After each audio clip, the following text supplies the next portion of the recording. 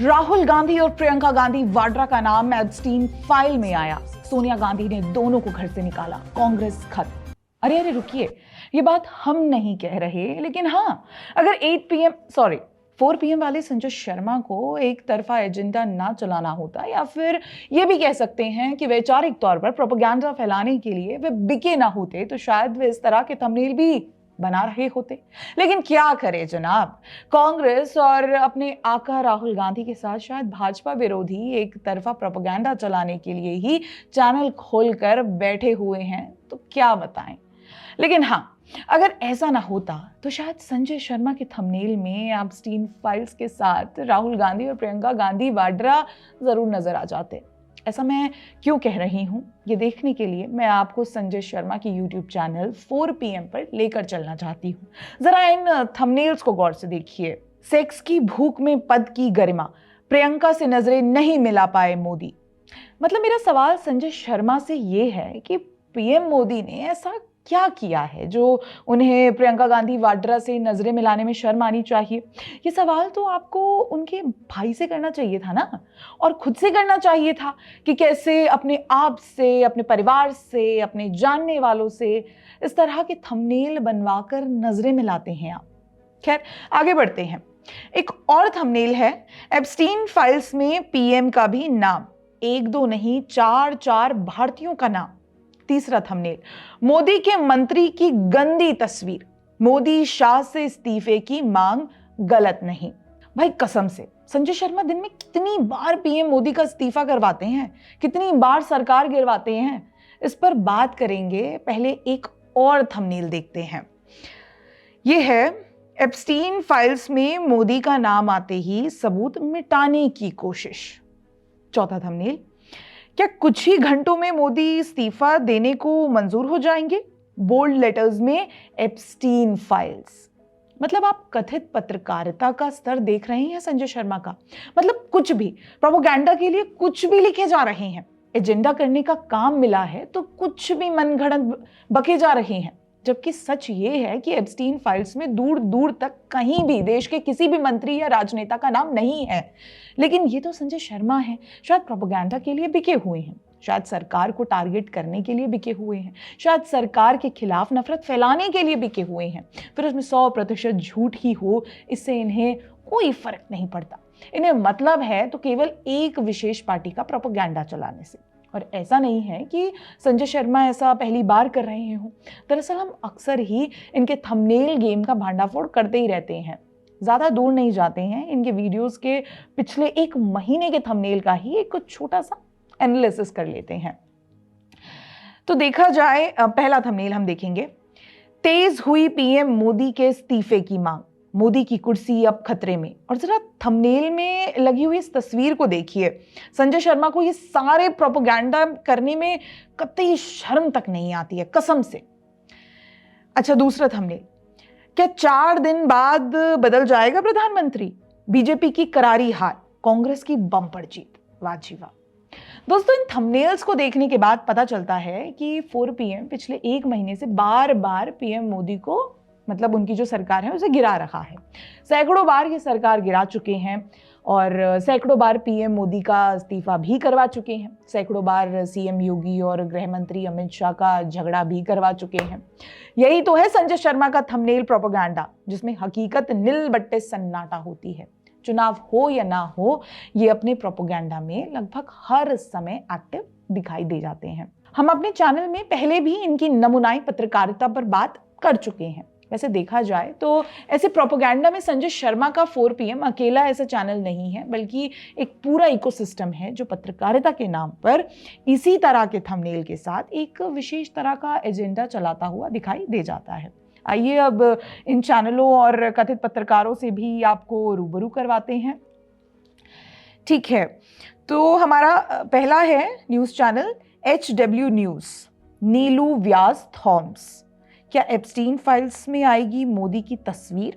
दूसरा thumbnail, working hard to get Epstein files docs will reveal.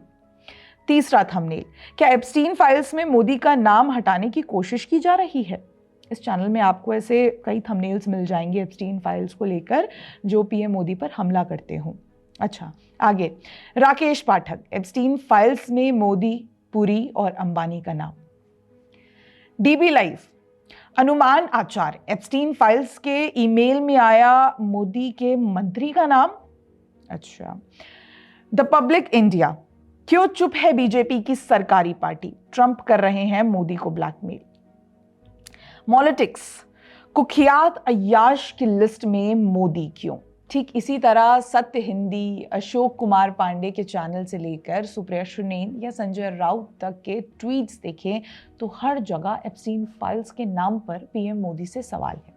देखिए, सुप्रिया सुनील या संजय राउत जैसों का तो हम समझ सकते हैं, इन्हें अपनी राजनीतिक खिंच निकालनी होती है तो बार बार पीएम मोदी पर बेतुके तर्कों के साथ सवाल उठाते रहते हैं। जैसे 2 दिन पहले संजय राउत ने क्या कहा था, जरा इसे भी देखिए। अब कुछ ऐसी जानकारी सामने आने वाली है अमेरिका से। वो जानकारी सामने आने के बाद नरेंद्र मोदी सत्ता में नहीं रह सकते, इस प्रकार की चर्चा है। पृथ्वीराज चव्हाण जी ने भी कहा है। तो मुझे लगता है कि हम इंतजार करेंगे। देखा आपने, राउत ने कहा था कि 19 दिसंबर को पीएम मोदी को सत्ता छोड़नी पड़ेगी, कुछ बहुत बड़ा होने वाला है। आज 20 दिसंबर है, पीएम मोदी अभी भी देश के प्रधानमंत्री हैं। मतलब ये कि ये लोग तो कुछ भी बोलते ही हैं, लेकिन इनका समझ आता है ये विपक्ष है, राजनीतिक दल है, ये बोलेंगे। मगर सवाल यहाँ उन सभी कथित पत्रकारों से है जो अपने चैनलों पर देश के प्रधानमंत्री पर ऐसे भद्दे भद्दे सवाल उठाते रहते हैं। यानी नीलू व्यास थॉम्स, आनंद वर्धन सिंह, राकेश पाठक, अनुमा आचार्य, शीतल पी सिंह, अशोक कुमार पांडे, जिनके नाम मैंने थंबनेल के साथ अभी जस्ट लिए ही हैं। दोस्तों, एक बात और याद रखिए, इनमें से ज़्यादातर वही कथित पत्रकार हैं जो कुछ समय पहले यूएस विजिट करके आए हैं। शायद यूएस से देश विरोधी एजेंडा चलाना सीख कर आए हैं और शायद देश विरोधी एजेंडा चलाने के लिए फंड लेकर भी आए हैं। क्या पता सच क्या है, लेकिन यूएस से लौटने के बाद वे जिस तरह का प्रोपेगेंडा करते दिखाई दे रहे हैं, उससे प्रतीत तो यही होता है मानो यूएस में इन लोगों को किसी काम की ट्रेनिंग दी गई हो या फिर निर्देश दिए गए हों और थोड़ा गहराई से इसे समझते भी हैं। देखिए, ये पत्रकार अमेरिका में मंच साझा करने गए थे, वॉशिंगटन डीसी, न्यू जर्सी, पालो ऑल्टो। ये लोग इन शहरों में कांग्रेस लिंक्ड और भारत विरोधी मंचों पर दिखाई दिए और इन्हीं इवेंट्स में ग्लोबल गांधी, सैम पित्रोदा से जुड़ा Indian overseas Congress, Hindus for human rights, IAMC से जुड़े लोग और संस्थाएं भी शामिल थे। अब इन मंचों से लौटते ही ये सब एक जैसा कंटेंट बनाते हुए प्रोपेगेंडा करते दिखाई दे रही हैं। जैसे नीलू व्यास थॉम्स ने पीएमओ और प्रधानमंत्री पर लगातार सवाल उठाते हुए वीडियो के, द पब्लिक इंडिया पर लंबे शो और इंटरव्यूज चलाए गए, डीबी लाइव, HW न्यूज, सत्य हिंदी ने मिलते जुलते वीडियोस बनाए। मतलब शब्द बदले हुए थे लेकिन कहानी एक ही थी। तो ऐसे में आज सवाल ये नहीं है कि खबरें कौन चला रहा है, सवाल ये है कि खबरें किसके इशारे पर चलाई जा रही हैं। ये सवाल इसलिए क्योंकि यूट्यूब पर पत्रकारिता के नाम पर ऐसे कई खबरी बैठे हुए हैं जो देश विरोधी नैरेटिव चलाने के लिए विदेशों से फंड लेते हैं और यहाँ बैठकर सरकार पर झूठे आरोप मढ़ते हैं। मजे की बात यह है कि पहले ये कथित पत्रकार या फिर यूट्यूबर एजेंडा शुरू करते हैं, फिर उसे कांग्रेस पार्टी और उसका इकोसिस्टम एम्पलीफाई करता है। इनके वीडियोस को कांग्रेसी शेयर करते हैं, ट्वीट करते हैं और ट्रेंड में लाते हैं। नहीं तो आप खुद ही अंदाजा लगाइए कि ये कथित पत्रकार एप्स्टीन फाइल से सरकार के मंत्रियों को जोड़ते हुए फर्जी वीडियो बनाने में लगे हैं, जबकि उसमें 1% की भी सच्चाई नहीं है। लेकिन सब के सब राहुल गांधी के सोरोस कनेक्शन पर मुंह पर टेप लगाकर बैठे हैं।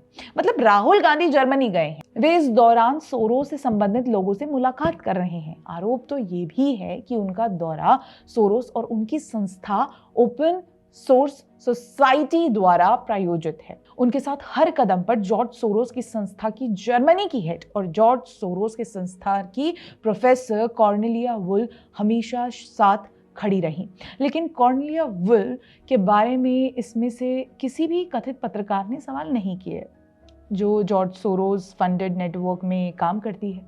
राहुल गांधी देश विरोधी सोरोस से मिले, मच गया हंगामा, जनता मांग रही है जवाब। टाइप्स का एक भी थंबनेल संजय शर्मा ने नहीं बनाया। और ये पहली बार नहीं है जब Rahul Gandhi George Soros network के साथ देखे गए हों। वो अक्सर ही ऐसे लोगों के साथ नजर आते हैं जो भारत विरोधी मानसिकता वाले सोरोस के साथ काम करते हैं। हमारे चैनल पर हमने कई बार इनका खुलासा भी किया है, लेकिन नहीं दोस्तों, ये पत्रकार कांग्रेस या गांधी परिवार से कभी भी सवाल नहीं करेंगे, क्योंकि ये स्वतंत्र पत्रकार नहीं बल्कि कांग्रेसी पोषित पत्रकार हैं जो इनके इशारों पर काम करते हैं और देश की सरकार पर सवाल उठाते हैं। ये खबरें नहीं, प्रोपेगेंडा चलाते हैं। ऐसे में सवाल मेरा इनके दर्शकों से भी है कि आखिर किस आधार पर आप इनकी खबरों को देख रहे हैं, क्योंकि खबरें छोड़कर आपको यहाँ प्रोपेगेंडा भर भर कर मिल रहा है। आखिर कब तक आप इस प्रोपेगेंडा का शिकार होना चाहते हैं? संजय शर्मा की थंबनेल पत्रकारिता के बारे में, पीएम मोदी को लेकर उनके अखंड प्रोपेगेंडा के बारे में आपका क्या कहना है? हमें कमेंट सेक्शन में जरूर बताइएगा। बहुत बहुत धन्यवाद।